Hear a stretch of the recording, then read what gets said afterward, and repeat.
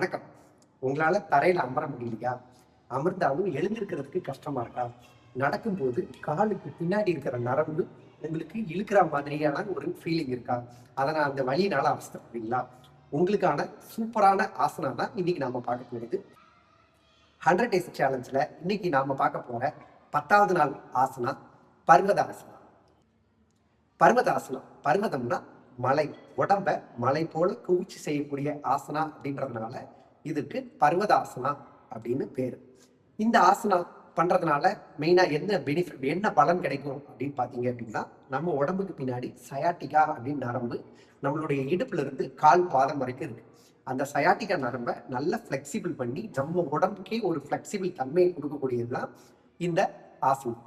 இந்த ஆசனாவை யாரெல்லாம் பண்ணக்கூடாது அப்படின்னா, ஹை பிளட் ப்ரெஷர் இருக்கிறவங்க, இருதய நோய் பிரச்சனை இருக்கிறவங்க இந்த ஆசனாவை பண்ணக்கூடாது.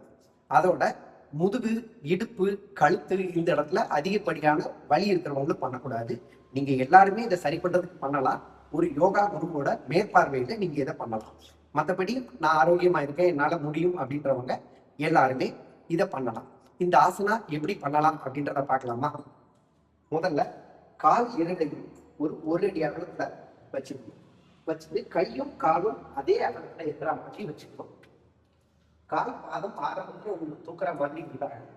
கால் பாதத்தை கொஞ்சம் கொஞ்சமா தரையில கொண்டு வந்து சீட் பண்றதுதான் உங்களுடைய டார்கெட் பண்ணணும்.